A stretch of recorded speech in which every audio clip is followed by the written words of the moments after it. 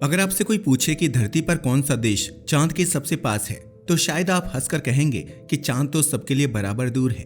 ऊपर आसमान में लटका हुआ चांद किसी एक देश के ऊपर तो नहीं रुकता, इसलिए आम सोच यही कहती है कि दूरी सबकी एक जैसी होगी।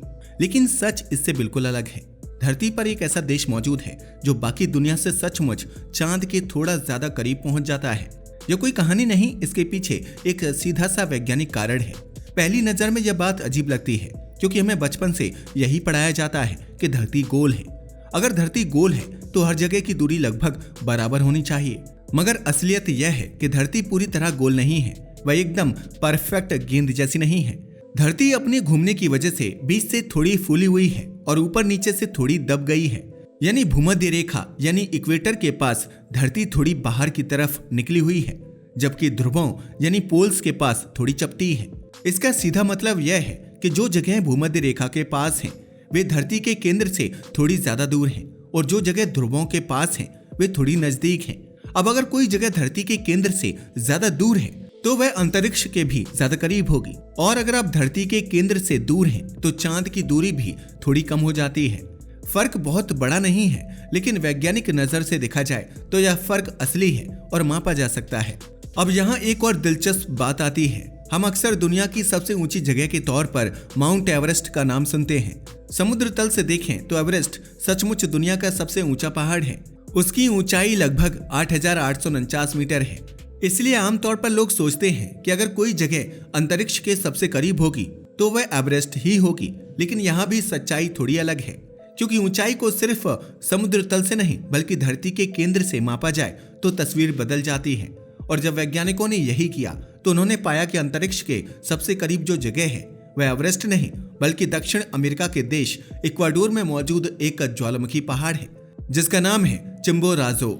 चिम्बोराजो की ऊंचाई समुद्र तल से लगभग 6,268 मीटर है, जो एवरेस्ट से काफी कम है। लेकिन क्योंकि यह पहाड़ भूमध्य रेखा के बिल्कुल पास स्थित है और धरती वहां पहले से ही फूली हुई है, इसलिए यह धरती के केंद्र से एवरेस्ट की तुलना में करीब 2.1 किलोमीटर ज्यादा दूर है। यानी तकनीकी रूप से देखें तो चिम्बोराजो की चोटी धरती की सबसे बाहरी जगह है और वही जगह अंतरिक्ष और चांद के सबसे ज्यादा करीब आती है।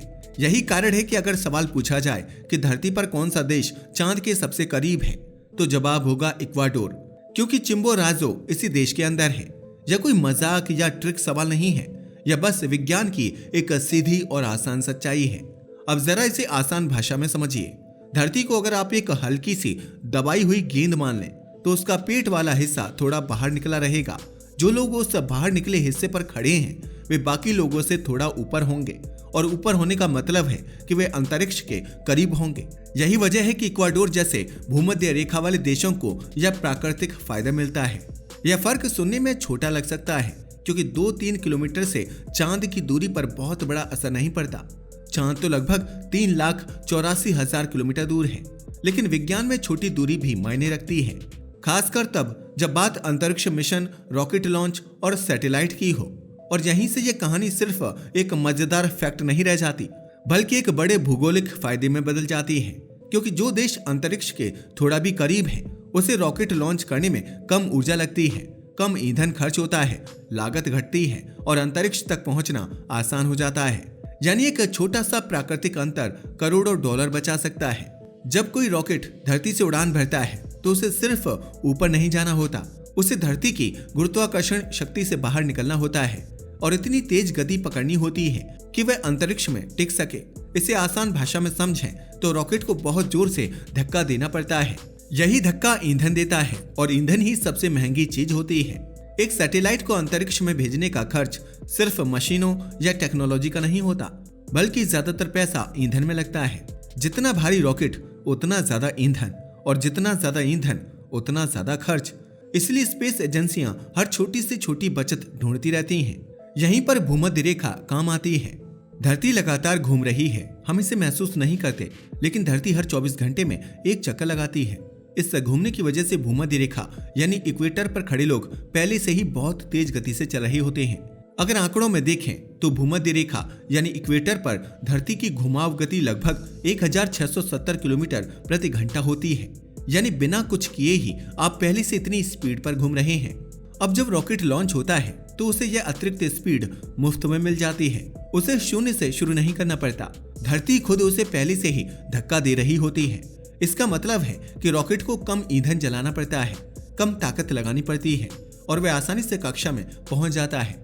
सुनने में यह छोटा फायदा लगता है, लेकिन असल में यही कुछ प्रतिशत की बचत लाखों और करोड़ों डॉलर बचा देती है। स्पेस मिशन में एक एक किलो ईंधन की कीमत बहुत मायने रखती है। अगर आप थोड़ा कम ईंधन इस्तेमाल करते हैं तो या तो खर्च घटता है या उसी रॉकेट में ज्यादा वजन का सैटेलाइट भेज सकते हैं। दोनों ही हालत में फायदा ही फायदा है। इसी वजह से दुनिया की बड़ी स्पेस एजेंसियां भूमध्य रेखा के जितना करीब हो सके उतना करीब लॉन्च साइट बनाना पसंद करती हैं। यूरोप की स्पेस एजेंसी ESA ने अपना मुख्य लॉन्च सेंटर फ्रेंच गयाना में बनाया है, जो दक्षिण अमेरिका में भूमध्य रेखा के बेहद पास है। यह जगह यूरोप से हजारों किलोमीटर दूर है, फिर भी उन्होंने वहीं सेंटर बनाया क्योंकि वहां से रॉकेट भेजना सस्ता और आसान पड़ता है। भारत ने भी यही रणनीति अपनाई। इसरो का श्रीहरिकोटा लॉन्च सेंटर भारत के दक्षिणी हिस्से में समुद्र के पास स्थित है, ताकि भूमध्य रेखा के करीब होने का फायदा मिल सके और रॉकेट समुद्र की दिशा में सुरक्षित उड़ सके। इससे सुरक्षा भी रहती है और ईंधन की बचत भी होती है।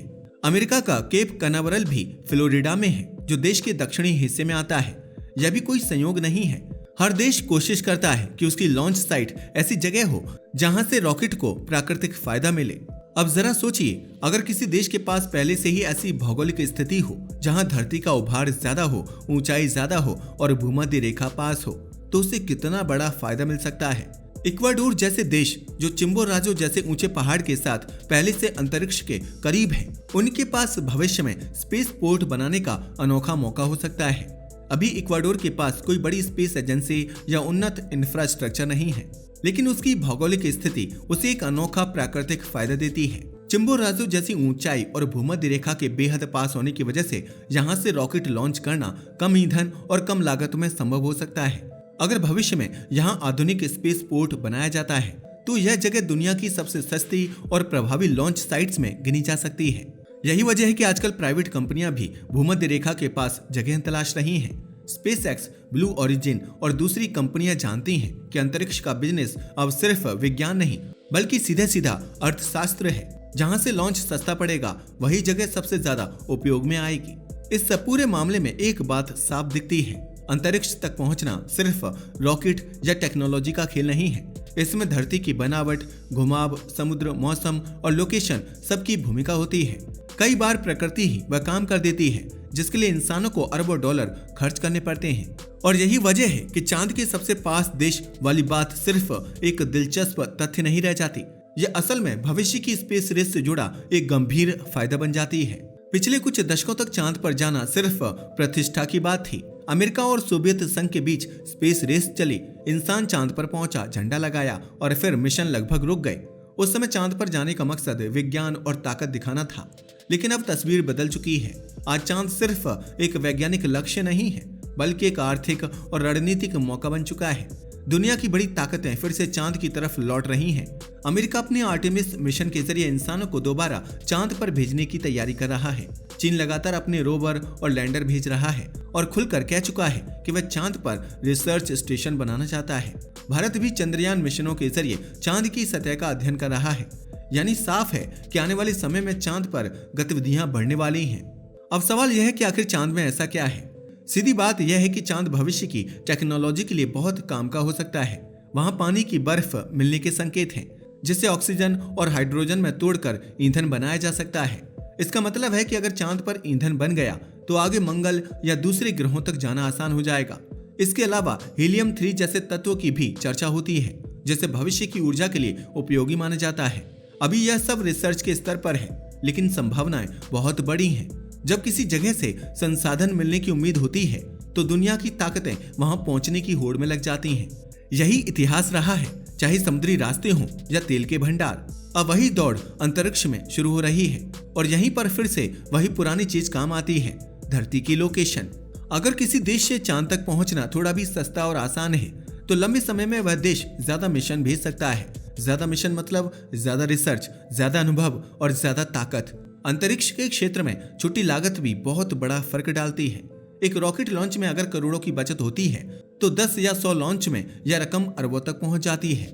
इसलिए भविष्य में वे जगह सबसे कीमती बन सकती हैं जो भूमध्य रेखा के पास हैं और जहां से लॉन्च करना आसान है।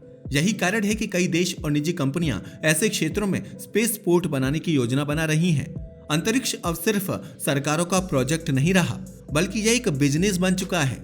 सैटेलाइट इंटरनेट, मौसम निगरानी, जीपीएस, रक्षा प्रणाली, सब कुछ अंतरिक्ष पर निर्भर है। जो देश या कंपनी सस्ते में अंतरिक्ष तक पहुंच पाएगी वही आगे निकलेगी। यहाँ एक बात समझना जरूरी है, हम अक्सर टेक्नोलॉजी को सबसे बड़ी ताकत मानते हैं, लेकिन कई बार टेक्नोलॉजी से पहले भूगोल काम करता है। समुद्र के किनारे बसे शहर इसलिए अमीर बने क्योंकि वहां से व्यापार आसान था। नदियों के पास सभ्यताएं इसलिए विकसित हुई क्योंकि पानी और खेती आसान थी। उसी तरह अंतरिक्ष के दौर में वे जगह आगे बढ़ेंगी जहां से अंतरिक्ष तक पहुंचना आसान होगा। यानी आने वाले समय में नक्शे की अहमियत और बढ़ने वाली है। चांद के सबसे पास देश सुनने में भले एक सामान्य जानकारी लगे, लेकिन इसके पीछे छुपा विज्ञान और रणनीति कहीं ज्यादा गहरी है। यह सिर्फ दूरी का सवाल नहीं है, बल्कि लागत, अवसर और भविष्य की ताकत का सवाल है। जिस देश को प्रकृति ने थोड़ा भी फायदा दिया है, वह सही योजना से उसे बड़ी ताकत में बदल सकता है। अब अगर पूरी कहानी को जोड़कर देखें तो तस्वीर साफ हो जाती है। धरती का आकार, उसका घुमाव, पहाड़ों की ऊंचाई और भूमध्य रेखा की स्थिति, ये सब मिलकर तय करते हैं कि अंतरिक्ष तक किसका रास्ता आसान होगा। और जब दुनिया की अगली दौड़ चांद और उससे आगे की तरफ है तो यह फायदा और भी मायने रखने लगेगा। इसलिए अगली बार जब आप रात के आसमान में चांद को देखें तो यह मत सोचिए कि वह हर किसी से बराबर दूर है।